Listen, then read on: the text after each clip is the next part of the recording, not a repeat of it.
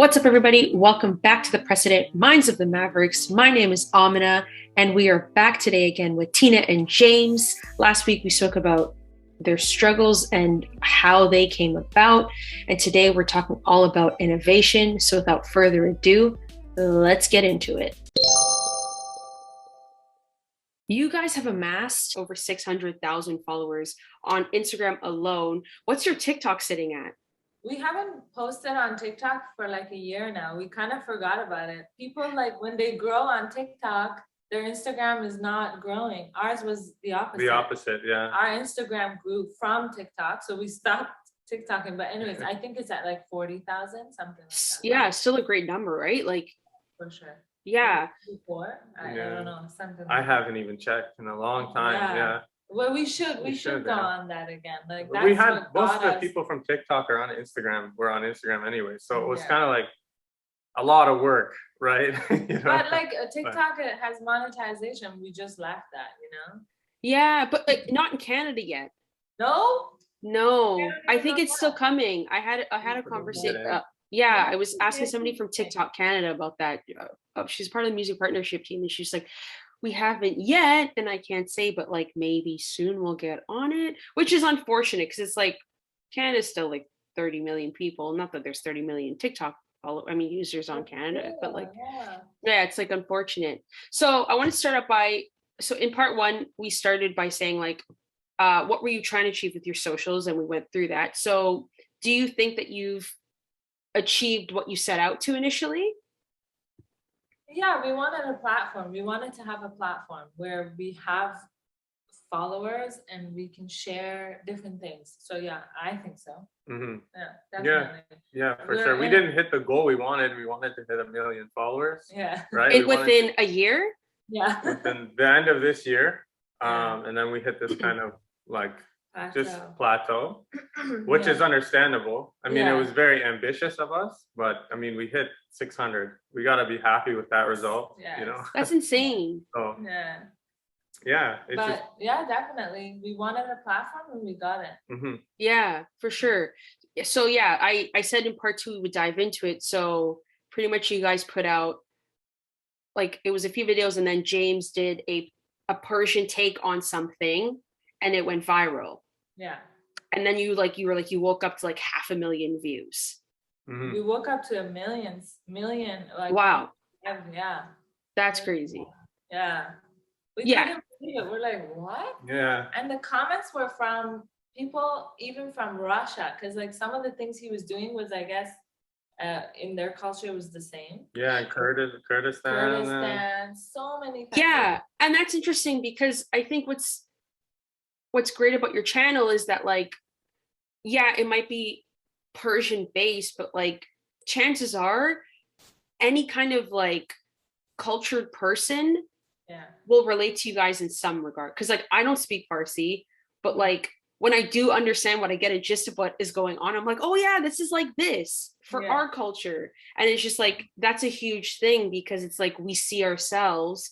Yeah. And like, I think something that's really interesting with the internet is like, you'll always find something that resonates with you.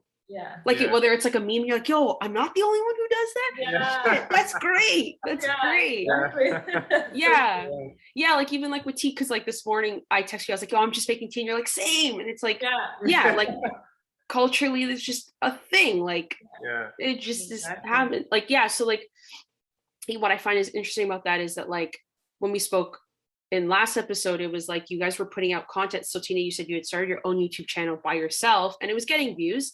And then you started the Tina and James one, and like you guys were putting out great content, but like people were kind of just like, okay, well, like, great, this is a lovely video, and then like moving on. And that's a part of our day and age too, where I think it's like we just don't have the attention span or the loyalty even to people or brands or whatever it is. Excuse me. So then you found that TikTok was a great like platform to take you off essentially. Yeah, TikTok was the first step because our videos, we could actually see that the views and the comments and the interest of people. But then I think a lot of people took our TikTok and shared it on Telegram pages. Oh. Yeah, and like 3 million follower Telegram pages that had like funny videos, and people were writing even on it. They wouldn't even tag us. They would take the video for themselves. And look, I found it was so annoying in the beginning. Like, because they would put their own watermark on our video. Just take our content. Yeah. It's so annoying. It's so annoying. So that's why we're putting watermarks on our video. And I noticed you do that. Yeah, good. Put ours on top of mine. So I started moving it around. Then they stopped doing it. Anyways. No, that's so smart. Put it in different spots. Yeah.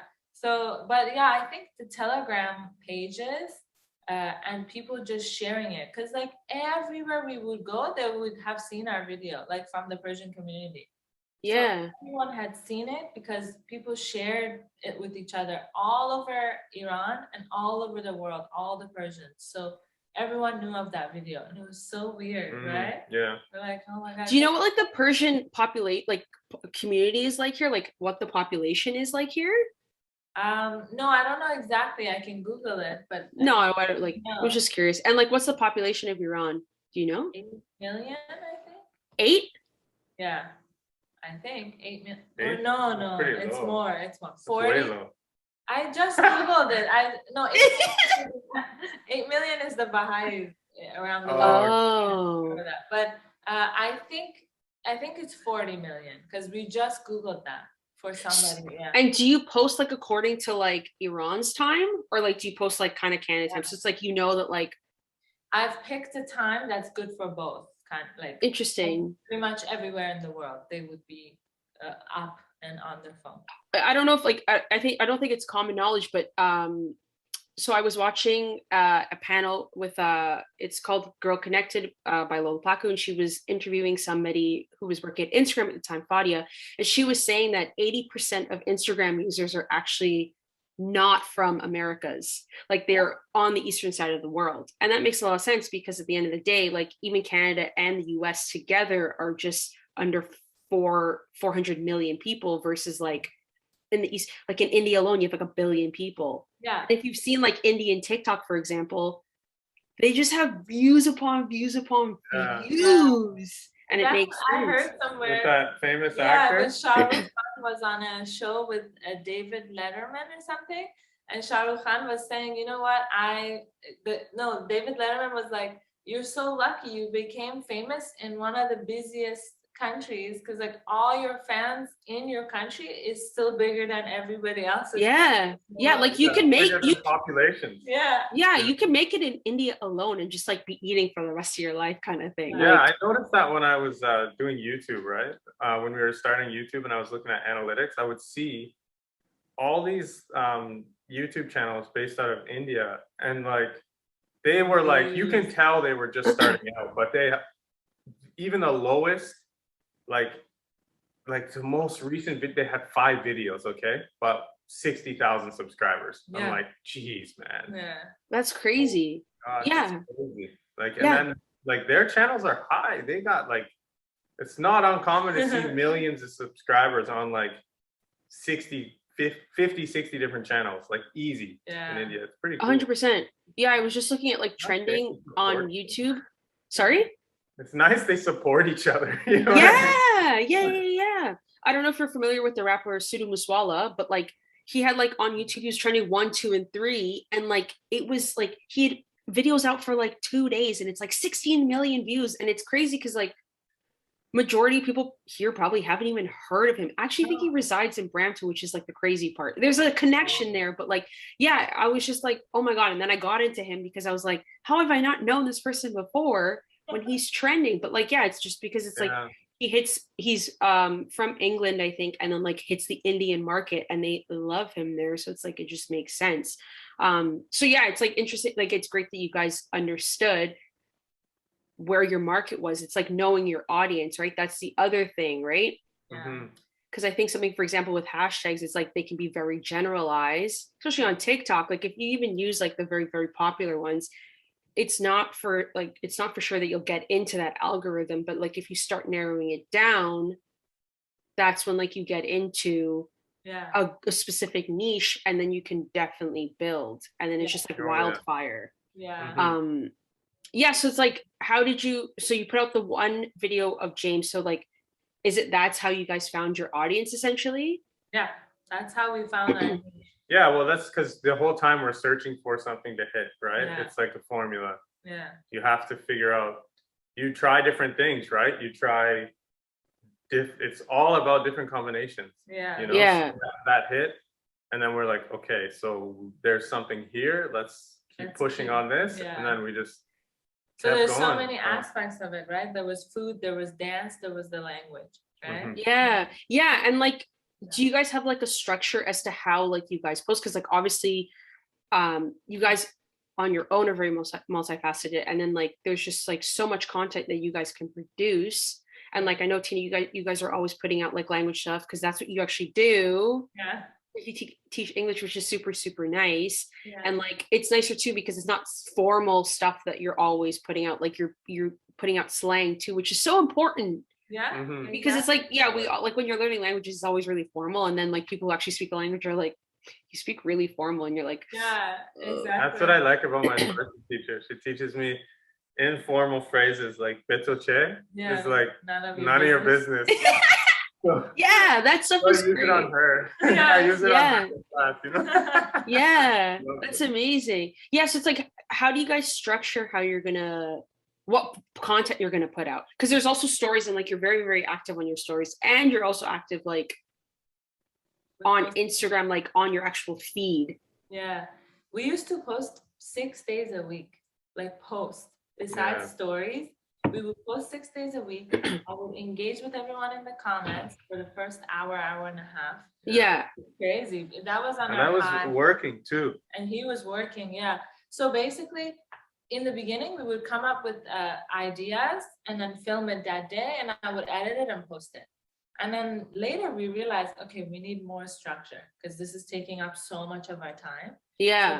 So we started to write down our ideas, because we would talk about the idea and then we would be like, what was the idea we said? And we would forget it, even though it was such a common thing in our life. So we started writing it down. We bought like a notebook specifically for our ideas and wrote it down. And then now we do the same thing where we go in one day, like in like a couple of hours, we film many different clips. Yeah. So we change yeah, it so that it looks different. And then get like, let's say 5 videos. Now we're good for like a week and a half because we don't post 5 days a week anymore. Yeah. It was a lot. It was really hard to maintain. Yeah, and we kind of hit this, there's this like wall that you hit where you're like, okay, we're posting 5 videos a week, but we're gaining the same results. So let's try and post 2 or 3 videos a week and see what the result is. And then the result was the same. So we're like, okay. Yeah, there's no point putting more content out if it's not yielding. Yeah, you can stretch that content, obviously, opposed to waste it, right? Yeah, for sure. I wanted to go on like, yeah, how do you guys like, for example, like plan on oh no, sorry. I was gonna say, okay, you guys got into like this Persian market, and I think that's really important because for me, like you and our other friend Tara, our mutual friend, are my only Persian friends, and that was like my first like pretty much entry into the Persian world. And I didn't see it in mainstream. So it's like, that's great because I don't know how many other Persian influencers you know. Obviously there's a whole world out there, but how do you ensure that you're not pigeonholing yourself into just that? We kind of already are. We kind of did that because that's where we were growing and we needed to kind of keep the momentum. Yeah. So that's why we keep going back to the point of now this is our transition, because we are trying to do, our everyday life things and things that we like again. So not that we didn't like it, but we were doing it because it was popular amongst our followers, right? Yeah. And it's nice that people are asking us for specific things. So we're definitely in a transition period where we're trying to find out now, where do we go? What do we do now? Yeah. Like Ian said, like we can make the same, like people ask for the same videos. Can you guys dance together again? We miss seeing you guys dance together, And like, and we don't mind, like we like doing those things, but and it does really well still. Yeah, like it still does really well, but it's like, how many more of these things? And even sometimes you notice when you put out a video that's not offensive, happy, exactly the same as our previous content, not exactly the same, but like just like similar, right? Sometimes you'll post it and you'll see like a drop off, you know, like you'll lose followers. Yeah. They're right? like, oh, like that's enough. You don't. Yeah. I'm sure that's. What right? You know what I mean? So it's like it's a very like it's a very delicate situation, and yeah, like we're really kind of it's like, where do we go? Where do we go from here? Because now it's all Farsi, right? Yeah. And it's not like we want to keep that, but it's like, do we start another page, try to get like a different different demographic or a broader demographic, right? Yeah. But it's what not. What do like meetings look like for you guys? As in like when you guys sit down together and you're like, this is how we want to structure things, or like even talking about elevating the brand. Yeah. What are those conversations look like? We're not organized yet. We're not. We talk about, we say to each other, okay, you know what? We need to, like, every Wednesday for 20 minutes, we're going to sit down and talk about all this. And then life gets so busy. Yeah. And summertime here, so you want to enjoy life. Oh my God. For anybody that doesn't know, summertime in Canada, we have to take advantage. Yeah. Exactly. Like you don't get good weather every single weekend. You know what I mean? So when you get nice weather, you want to get out and do something, right? So I think our life is still a lot more important to us, and we kind of put Instagram on the back burner, and we don't have an organized schedule where we sit down and have meetings together, and we try. Like, how many times have we said, okay, I know, from this week, we've said it a lot, right? But we do have brainstorming sessions. They're very like spontaneous. Yeah. Right? I mean, we're both always thinking. Yeah. Like our meetings, I guess, like for me, I think best when I'm alone. And when you're driving. When I'm driving, especially, because like I just have more like I go through phases where I don't listen to music or anything all day, and I just will think about stuff. And it's just, I think, a matter now of acting on some of these ideas, because we've had some ideas that I think will really take off. Yeah. It's just like when you think about it, like the transition period, it's hard, it's necessary, but it's very hard and kind of, I would say, a little bit discouraging, because we put in all this work to get to where we are. Now it's like the exact same thing we got to do over again, even though we've obtained some moderate success, right? Yeah. So I want to ask about that. Like you're saying moderate success. It's 600,000 people, by the way, everybody. If we haven't said that.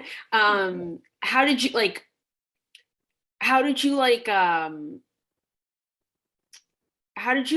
I don't want to say come to terms, but like what was like that like where you're like, yo, there's 600,000 people following us now. Like there's like 600,000 like sets of eyes on us. We forget, man. Look at us sitting here talking about, oh, it's so discouraging. We forget about it.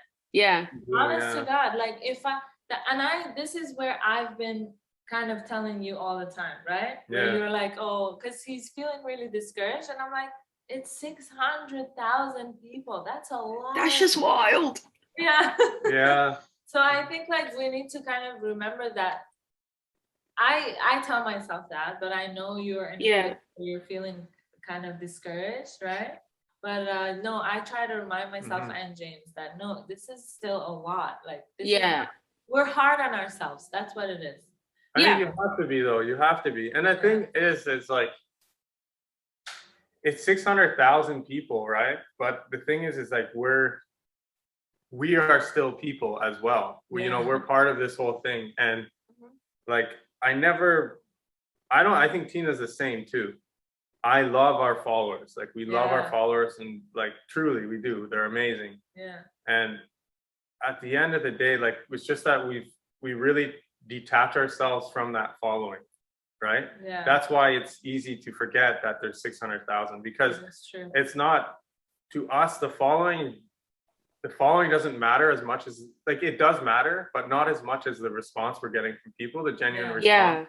We want the authenticity from our content. Yeah. And whether it would be, even if we were a smaller account too, right? Like we had a smaller following, like as long as like engagement is consistent, like that's more motivating to me than gaining followers, right? For sure. Engagement, like big time. Because like, Yeah. you know, and when you hear someone say like, oh, I watched your video and my mood changed, thanks so much, you know? Yeah. People are going through such hardships, especially with the pandemic, and in 100%. it's like the fifth wave, like people are dying right and center, and it's even that has affected us, because it's like I think about, oh, okay, people are dying in the world and I'm gonna put up a funny video, like it's weird. Yeah, I don't know, it is, but it isn't, right? Because it's like humor in these like situations is like so needed, and that like that personability where it's like, okay, well, like the world is not completely shit. I know I found myself like watching like YouTube videos where people are just like, they're just going about their everyday lives. Like my like good family friend, I'll end up linking her YouTube channel, but like she started, and like it's just like her day-to-day life with like her dog and stuff, and I'm like, I watch religiously and I'm like, oh, this is weird because it provides comfort. And same with like videos like yours where I see like two people interacting like without masks, because obviously you guys live in the same house, so you guys are like, and it's like, oh, I forgot what that's like to like hug somebody, and like it just is like I haven't like seen my friends in forever, so it's like it is like it brings like almost grounds you a bit, where you're like, okay, like I'm not off in the sky, and like that's so unique. That's nice to hear. And like I wanted to like touch on your point about like authentic engagement, because Tina and I have had this conversation where it's like you guys have like, it's not like you're a 600,000 follower account with like 1,000 likes. Like you have like like millions and millions of views, and then like you actually have engagement, which I think is really important, because like that's like a huge thing, and we spoke about this last episode also, where it's like people obviously maybe they're buying accounts, or they like people don't actually resonate with them. So it's like, how do you like, how did you get that going where it's like every video has like thousands of comments? And it's like it hasn't plateaued, I don't think, from what I've seen. That's been really good. Because, I know now, from the beginning I engaged with people, and so did you, right? So all the English comments, James would reply, and I would reply to the Persian ones, and if there was negative comments, we would either not say anything. If there's people fighting, people come to our defense and like stick up for us if someone is rude, which is so sweet. Now we let our squad handle it. We let them kind of handle the mean people. But anyways, I think from the beginning, engagement was really important to me. I remember James was like, you can't be answering everyone on TikTok and then on Instagram and then the DMs and then the stories and then this, but I did it. Hours upon hours of engagement every single day. That's just wild. Connect with people. I would send people videos or voice memos. Or James would talk to them because they loved him so much. He's like, let me make their day and send them a video. I just want to say, wow. Yeah. And like there was little kids who were like obsessed with how he was dancing. So he would take a video and like dance with them and make them happy, and I think we made a friendship with everybody. Yeah, and I think that's like a really great point, because like, so I wanted to have you guys on because you built a brand off of social media, right? And like this is more so like an artist, like a musical artist based podcast, but like that's something that people need to understand. It's like you also need to build a brand. We need to see who you are. Right. And like you guys did a good job of that. And like, the fact that you're going out of your way to send people videos or communicate with them makes us feel like we're a part of something, right? And I think that's the huge thing with marketing. We want to just feel like we're a part of something at the end of the day. So it's like if you can't connect, like if we feel that we can't connect to you, that's a problem. And then I think it was a couple of years now, I was reading an article where they were just like big influencers weren't pulling numbers the way micro influencers were, because fans found it inauthentic now. Like we couldn't attain, like if you were giving me a review on like skincare or something, I'd be like, I don't know if I believe this anymore, right? That's like an obstacle that social media in general faced. So it's like, yeah, like the fact that like you guys are that, and like, oh my God, my parents have a landline. That is going off. Yeah, it's crazy. Every time I'm on a call, it's like, oh, and I'm like, yo, my dad won't get a cell phone, and then like he has a landline. He's always on the phone, like he just has so many friends. And I'm like, yo, what the hell? Yeah, so like, yeah, back to that like bit, like where it's just like, yeah, it's like macro, right? Yeah, macro, like huge influencers, like it's great that you guys were able to still make people feel like they're a part of something, like we're a part of, like we're a fly on the wall of your lives, essentially. That's what it is. So it's like really, we never saw it like that, right? Even like websites like Cameo reached out to us, which is really, wow.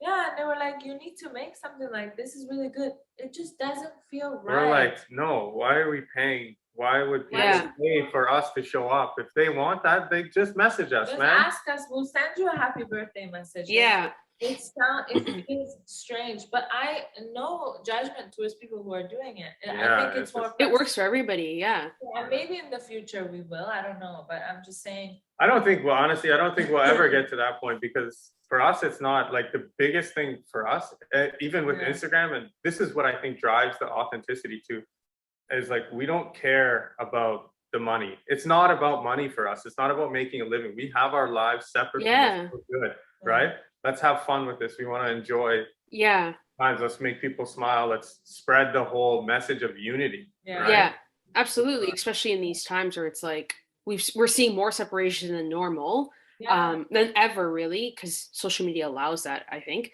But also we're in a pandemic, which is like, it's hard to even be with people. I do want to get into though, like how you guys manage like people reaching out to you. Sorry, someone's at our door. Oh, no worries. I just had a landline ring. You guys got people at your door? Oh, it's my dad. Oh.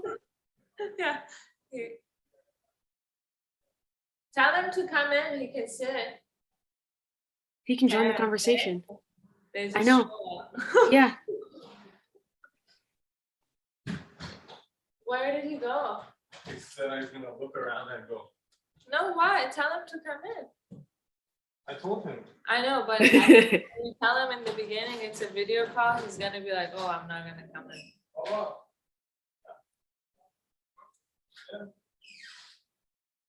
And our cat is like, sorry, I'm not. No, my God, don't be.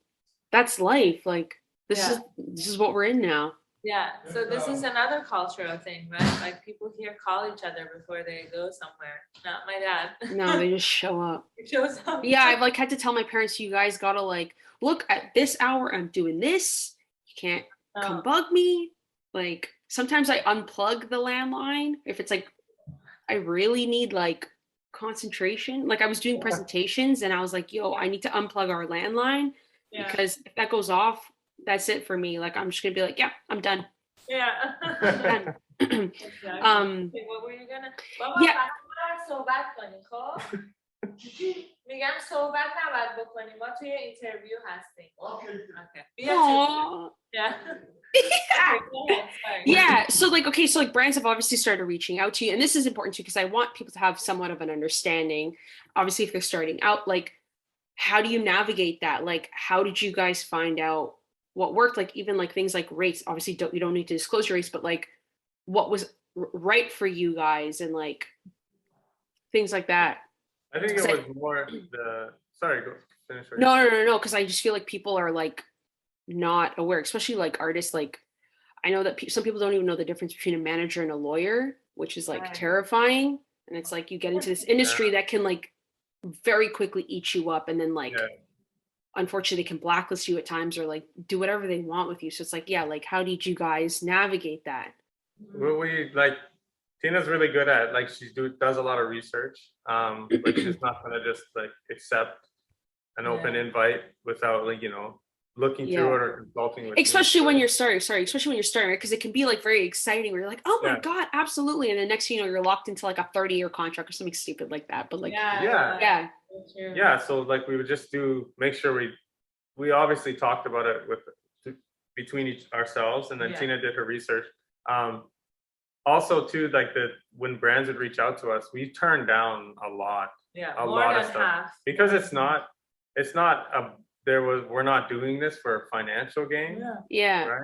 Right. Financial, don't get me wrong, the financial aspect is a huge bonus, right? For sure. And it is a somewhat of a motivating factor, but it can't be the driving force behind your content. Yeah. Right. Yeah. Like I think down the road, eventually it makes sense. Right. Like when you because we're not thinking of this like right now. We think maybe down the road, like if this could be our lives and we could promote unity, have a platform, kindness, and make a living and help people with their lives and influence them that way. That makes sense. That's a financial goal we'd like to obtain, to be for sure on that level, maintaining it. But if we're not going to sell out, right? So if a brand reaches out to us and they're like, hey dude, well, you want to do this ad, we'll pay you this much. It's like, is this even us? Like if this doesn't resonate with us, if this doesn't make sense for like what we can add value to our following, all our friends on Instagram, then like it's a hard pass. It's gotta be something that they're gonna benefit from before we even consider it. And if we can't connect it to our content, there's no point. Like talk about, I don't know, for example, like a weight loss, whatever. Exactly. Like so many weight loss pages and companies that are like, I'm sure they're fine, but I don't know, right? Like, here, try these pills and then tell your followers that you can get skinny from these pills. I'm like, nah, I don't think so. You can get skinny. First of all, you shouldn't get skinny. Second of all, you should be healthy and just work out and eat healthy. Yeah, whatever works for you. Yeah, like it's fine. Yeah. Like it's okay. So, weight loss stuff and these type of things, we've never said yes to any of them. Recently, an app that is, when you can do that calorie count, like MyFitnessPal. Yeah. So there's one that are, I think, Persian company where you can see the calories of Persian food. So because it's hard to search, like, let's say, food from your culture on fitness app. Like, no. They're not going to be like, this chicken curry has X amount of calories. Yeah, exactly. So now the company has reached out to us. That makes sense to me because we eat Persian food and it'll be cool to know for even myself. I don't even care the ad, that if I want to count calories and make sure I'm not eating too much rice and curry, I can figure it out. So if it doesn't connect with us, if it's sketchy, if it's like weird, doesn't matter how much money we get offered, we say no. We're like, sorry. Got you. Do you guys ever at all reach out to brands that you would like to work with? Because like I think that like there's a difference between selling out and being like, like I use this brand. Yeah. Why not? Yeah. Like have it work for me also. James's watch, like G-Shock Canada, we did something with them because we reached out to them. And right? That's like, awesome. People would ask like, what's your watch, James? Like, and I would tell them like it's G-Shock, and G-Shock's my favorite brand, so it's like.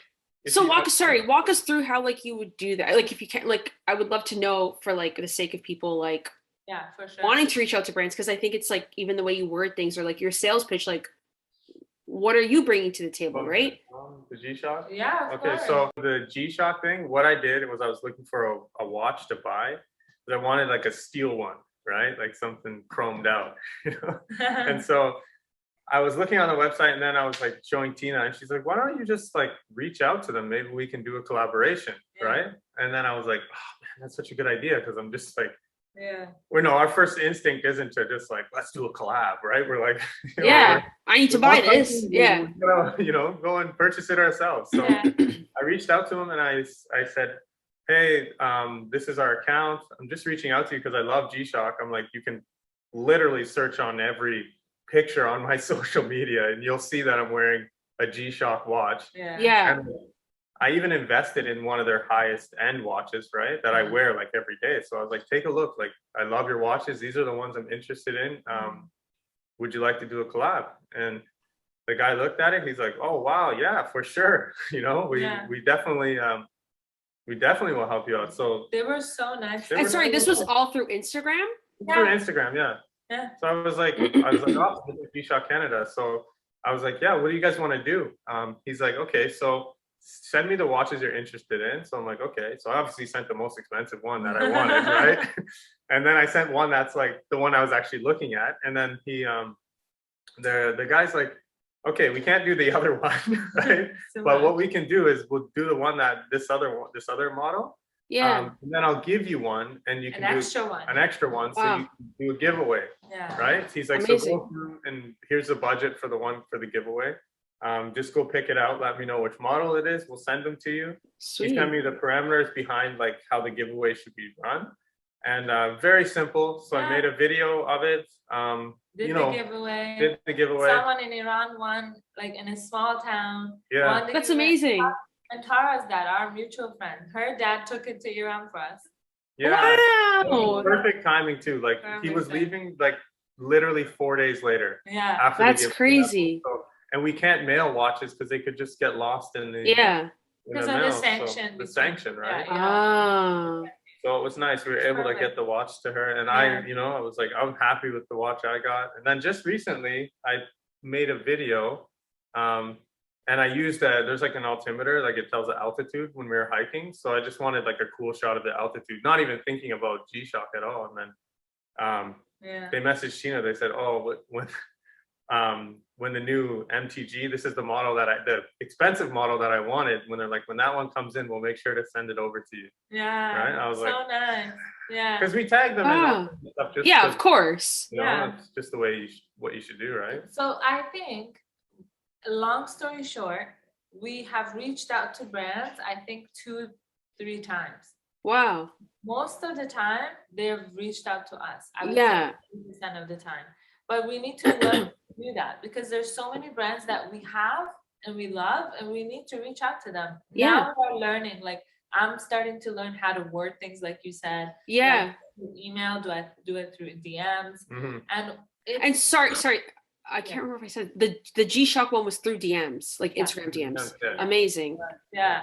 And you know what it is, Amna? This is the most interesting part about Instagram. As soon as we started to have a following, that's when people started to DM us back. You know what I mean? Yeah. So if you're maybe a micro influencer or you're starting out, I don't think people will DM you back.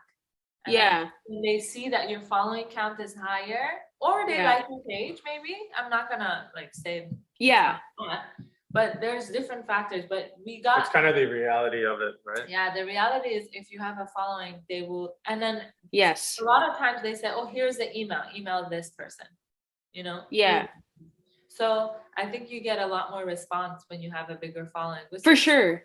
It's unfortunate though, because there's so many people who are trying so hard. Yeah. And the content is amazing, but you don't get that. We live in such a like sellout culture when it comes to this kind of stuff, you know, and it's really about numbers, man. It's about numbers. For sure. Reputation and status versus, and it's ironic because it's supposed to be about the content and the value that's provided, but at the end of the day, what is it that's being pushed is, you know, just capitalism. Basically, yeah. There was actually, I think it's an HBO documentary, so it documents 3 different wannabe influencers, and this guy starts like just buying the 3 of them followers, and the 2 guys like both are just kind of like, yo, I don't really want this, like I feel icky about this, like I don't feel good about this. But the girl, she ends up with like, I think it's like 100,000 followers, and then like gets invited out onto some trip with other influencers, and then her follower count goes up. So it was like a mix of like inauthentic and authentic followers. I think the last, like after that documentary aired, she's probably at like 1,000 people before, and now she's at like 400,000. That's when I like first watched it, and it was just like her whole thing was like, yeah, people are treating me differently because I have this huge following now, which is like interesting. And like for like assets, like when people like reach out, like what do you guys send them? Like, do you guys have a deck prepared that's like, this is like our numbers and like this is how much we charge essentially? Like, have you guys prepared that? I made us 3 different sets of like price brochures or something. Wow. Yeah. And yeah, it looks We're really also good. open to, like, we're also very, like, Tina negotiates, like, For sure. with people just to help them out, or like do Yeah. the best we can do for them, right? Yeah. You know? Yeah. For instance, I had a really small company from south of Iran Wow. that to us, and they did fresh seafood that they would send to all of Iran, like next day Wow. delivery. Wow. So, and it was a brother and sister company, so I didn't mind helping out. I'm like, For sure. I'm like, I wish Yeah. you could send me some, like, you know, Yeah, we're well, too yeah. far. Absolutely. Yeah, that's awesome because I feel like, yeah, a lot of people don't have that prepared, and like you definitely need that, which is important. Yeah. It's just like one aspect because it's like it's not always about the creative. Like you have to have a business side also because at the end of the day, as soon as you start selling product, like you're a business. Yeah. Mhm. And like even though it's not a tangible thing, like you are a business, which I think like gets overlooked. I wanted to end with a humble brag. I think it's important that you always celebrate yourself. So, what's a humble brag? Something you're proud of. Yeah, sure. Humble brag could be that I'm so grateful for the fact that we have a platform now. You know, I'm grateful that we didn't give up, and that you pushed me in the beginning, and I pushed you with TikTok, and you listened. You know, that's like, I don't know if that's a humble brag, but Yeah, something you're I'm grateful for. that we didn't give up, and we kept going, and we made our platform authentically, and we didn't sell out just to make money with so many different companies that are good companies, but it just didn't connect to our content, and we just said no. So we kept it authentic, and I know that after this transition period, we will find more authenticity in our own life. Yeah. Awesome. Yeah, to add to that, I would say, you know, we did this is 100% organic. Yeah. You know, It this really is like 100% organic. We didn't fake this. Yeah. None of this is fake. We actually put in the time. Yeah. We worked our butts off just to make sure this worked out the way it was, and it's on our terms, how we wanted it. So, you know, just if I can say anything to anybody who's gonna listen, is that do it on your terms. You know, you don't sell out. Keep pushing for what you want, and then you'll get it. You just have to keep pushing because there's a lane, right? I didn't believe that. I'll be honest. I was like, wow, it's hard. This is so positive. Bless his heart, you know. You know, like, he's like, Tina, we're gonna make it. And I'm like, sitting at 1,000 followers on Instagram for a year and a half. You know? I remember. Yeah, and like I've seen that growth, so like I know it's organic. Right? Yeah, and that was my last question was like one takeaway from listeners, which I think you like just absolutely nailed, where it's just like do what feels right for yourself. Because honestly speaking, I think there is an audience for everybody. So it's like if you're true to yourself, like you'll definitely find your footing essentially. So thank you guys. Oh my God. I think that was like thank you. This is when you go to the studio, don't forget to invite us back. Oh my God, right? I would love to have like a reunion special, like a Love Island, like where are they now? What are they doing? Amazing. With more positive drama, right? Yeah. Oh my God.